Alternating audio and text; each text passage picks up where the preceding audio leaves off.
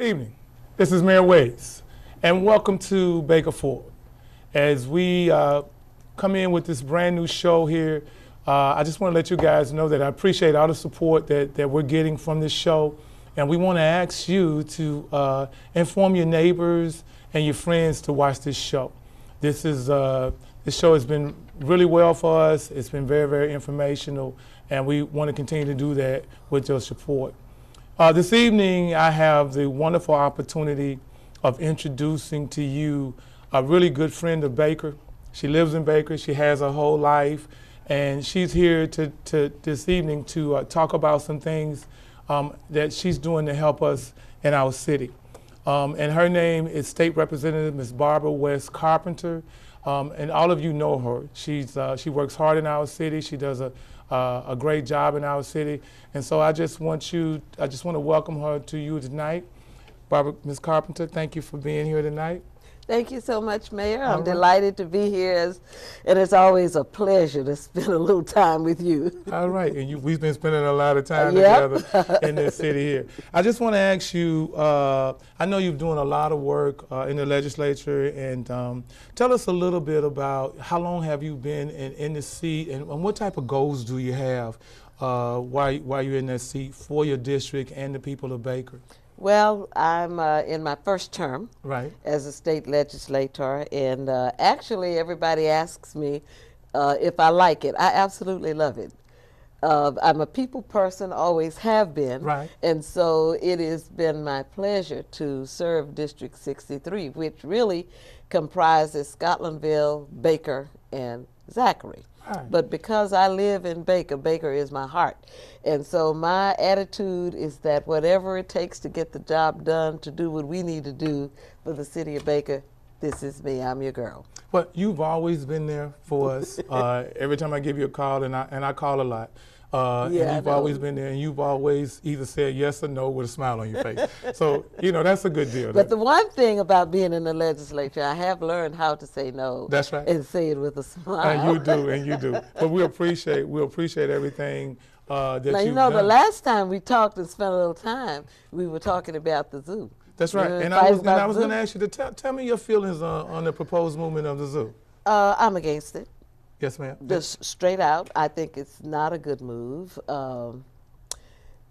This is the best place to have the zoo. You have more than 600 acres of land there, and it is something that we need in this part of the parish. That's the first thing. Right.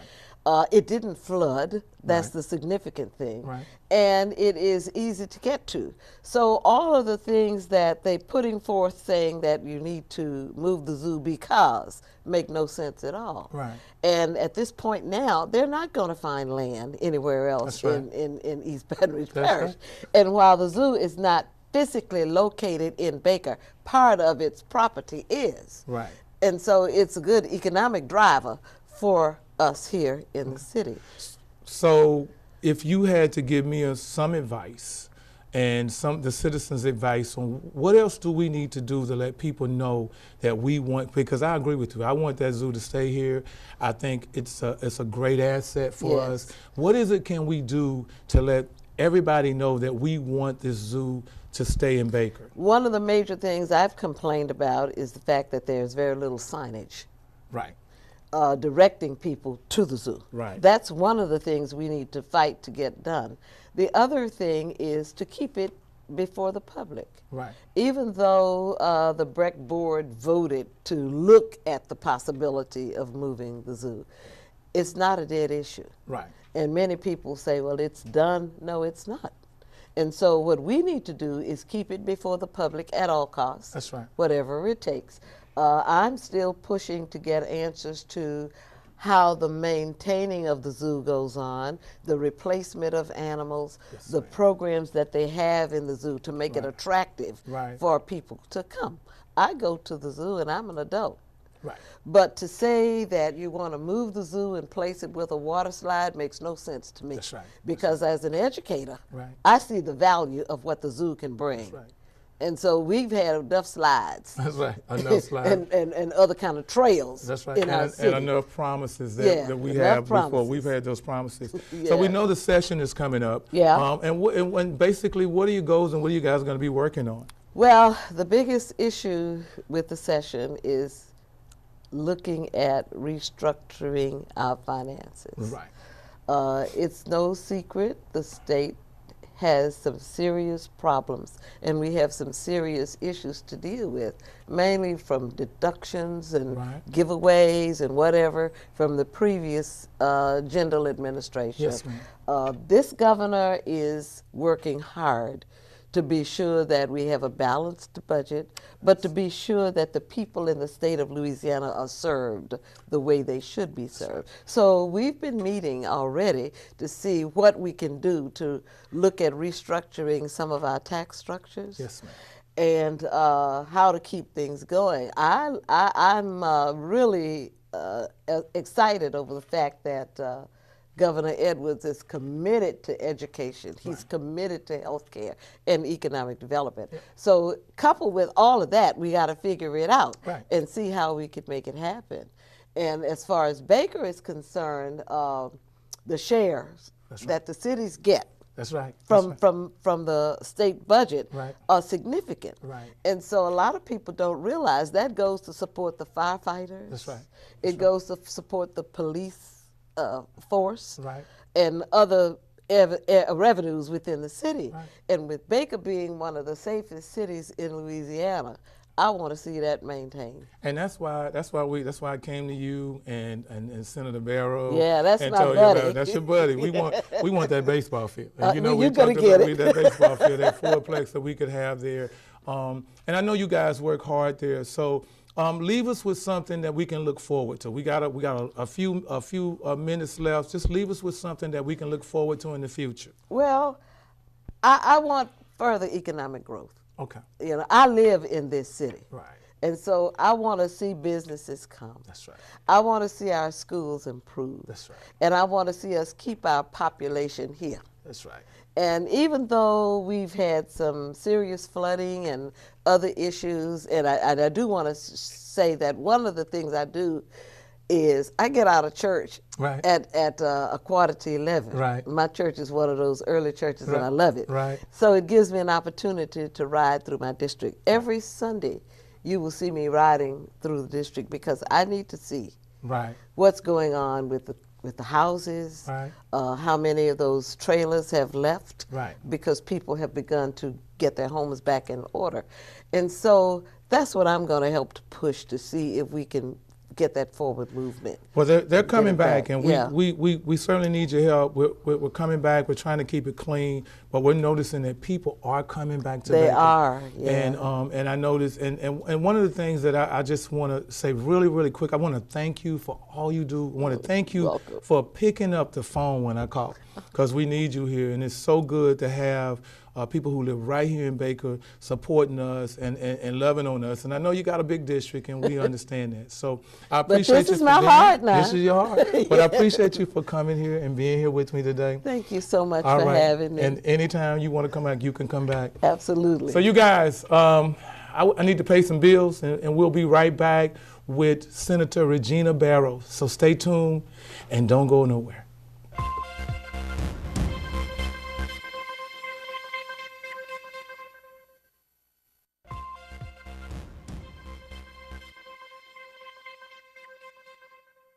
Welcome back. This is Mayor Waits once again.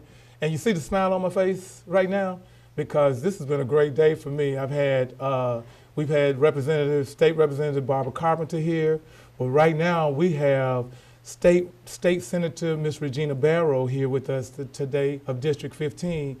And I'm excited, because that means that when I call a state senator, and ask them to come be on my show, they're listening to me. So I'm really, really excited. And I just want you guys to help me welcome Senator Barrow.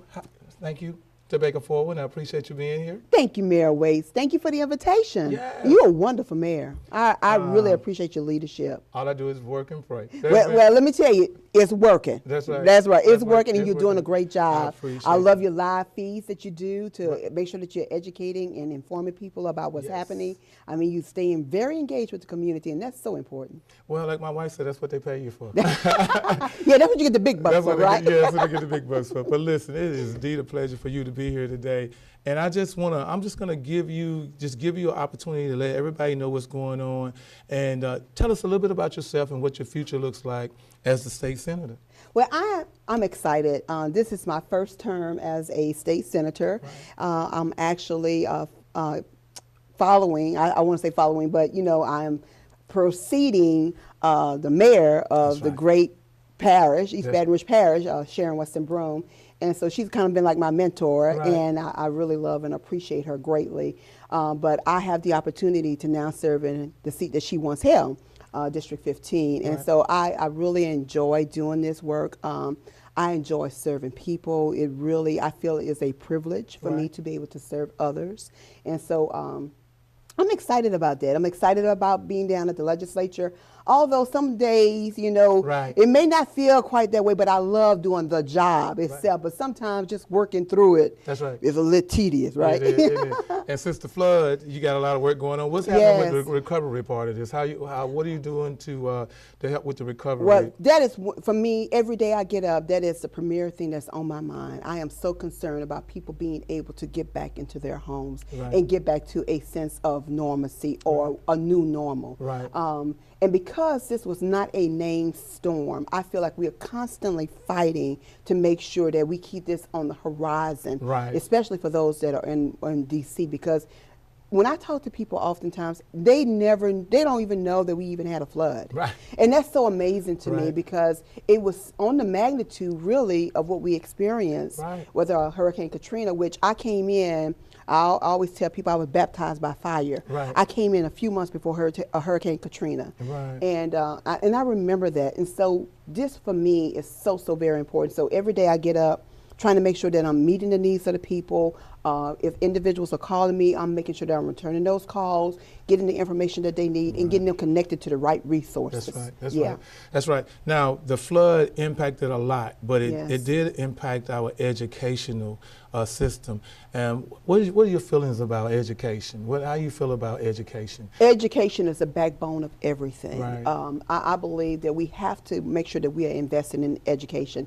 And while I do not serve on the education committee, I am firmly committed to making sure that every child has the opportunity to Right. learn, and that we need to make sure that we put all the money and resources necessary to ensure that those children can receive what they need. And so I'm going to be working with a lot of my colleagues who are educators, like Right. Representative Carpenter Right. and Representative Smith, who have a specialty in that background in that area, and our school board members, Right. to look at how we can reimagine education. That's right. I believe that we have to put more of a focus on STEM. Right. And making sure that that's incorporated and giving our children more hand-on experiences. I believe that learning is no longer just textbook style learning anymore. right. We have to be able to allow children to be more expressive. Right. Um, And you, because they're different. They yes, are very, yes, very, very, yes, very and different. they use their hands a lot Yeah, more. they lose their hands a lot more.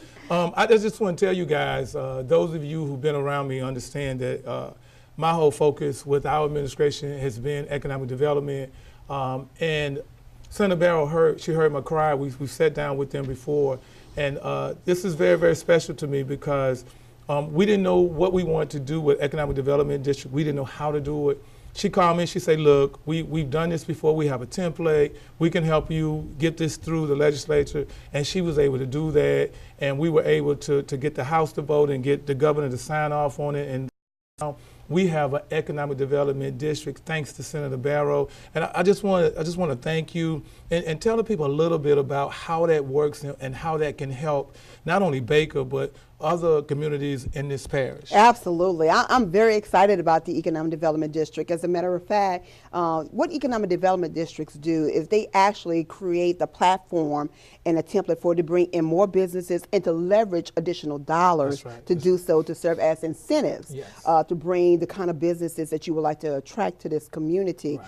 Thus, in growing our workforce and getting more people employed and, bringing up the income in the community. So this serves as a multiple scale as it relates to increasing the quality of life of the citizens in this community and around this community. So I am really, really excited about that. What I've learned, though, sometimes it kind of takes a while to kind of get it off the ground. So we're going to ask everybody to be patient, but letting them know to expect great things to come forward, because whatever your vision is in terms of what types of businesses you want to attract and see grow, or either have incubators of businesses where individuals can come in and they can have the assistance needed so that they can get the help and support so they know how to run their business, so that they may start off as a one building or a one room office, but then after a while they may need a whole complex. That's what this is all about. And so I'm really excited about that. I am looking forward to working with the council and working with you to look at what would be great incentives and what would be great businesses to bring here. And I heard Representative Carpenter talking about the zoo. There's so much we can do to leverage to bring additional attractions to this area with the zoo. With the zoo. So the economic development is going to be a great part of that. That's right. That's gonna help that. And you've done us just a great favor, and that's a vision of God. The Plank Road deal is just with the Bethany Convention Center. And, and if you get a chance, you need to go over there and take a look at that. It's put together really, really, really nice. Oh, wow. And go by there, it'll make you cry. So we have a few minutes left. Just tell us, what are your plans when you go back into session, and what are the things that you're going to be fighting for the people? Well, certainly, of course, we're going to be dealing with our budget. So that's going to be one of the issues, and ensuring that we're able to bring back the proper funding to our community and to this district. District 15 is a huge area. It starts in Zachary, comes down through Baker, goes through the Scotlandville, Glen Oaks area, down to Monticello Park Forest, all the way to the border of Denham Springs. I didn't know that. Yes, so it's a huge district. So I'm always very concerned to make sure that equity is being given throughout the entire district. So making sure that my district is receiving its just due is my first concern. But then secondly, education, health care, and right now health care is somewhat unstable because of what's happening on the federal level. But I've been learning that there are other things that we can do from the state level as it relates to waivers that we can bring and we can actually initiate. And so I would be doing that. I would be definitely looking into that. And then, of course, making sure that people are getting back into their homes, ensuring that Congress is not forgetting about us, making sure that if any relief is given to the folks in Texas or Florida or Puerto Rico, that it's also given in Louisiana. So those going to be at the top of my list. I also serve as the chair of Select Women and Children, so I'm looking at issues that impact women and children a lot, and so I have special committee hearings to talk about those things, so I will continue to do that. Well, thank you so much for being here. Thank you so much. And you got an open invitation to come back. All right. Well, thank you very much. I enjoyed it. All right, you guys, got to pay some bills. We'll see you back in a minute. Thank you.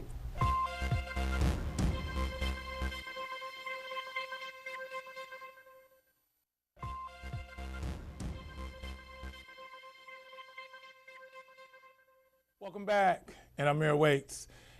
And just like always, at the end of the show, I like to share a few things with you. And once again, I just want to thank you for being such a great city and always supporting everything we do, whether we do it right and whether we do it wrong. But I want to talk a little bit about the recovery effort. We still have people coming back to the city, you guys. I want to let you know that, they're still bringing debris out of the houses and everything. So we're working to get that off the streets for you without going into a big contract with the debris company. But the good thing is that people are coming back, and I'm really, really happy, and I'm excited about that. I thank God for that people have started coming back. And you guys know that the veterinarian is coming back right next to the Baker store right there on Groom Road. Doc sold the office to someone else, and they're opening up. So we'll have a vet back in Baker, and I'm really, really excited about that. But just be patient with us with the debris. We're trying to pick it up, and understand with the debris, when you get the commercial guy to cut the trees down, that commercial person who cuts the trees down and the limbs down at your house, they have to take that off. That's what the ordinance says, and they know that. So make sure if somebody comes and they charge you to take that off, make sure you get them to cut it, or we're not going to be able to pick it up. That's your taxpayers' money that I'm not going to spend unless I take a look at it and see, and they're leaving that for me to do. I want to say again, and I want you to keep saying it, that we need to keep the zoo.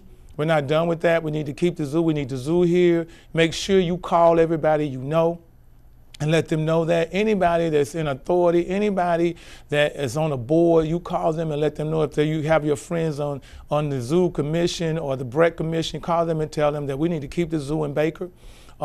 That's great economic development for us, and we really, really need that. And if they want to add something to that zoo, add it to the existing zoo.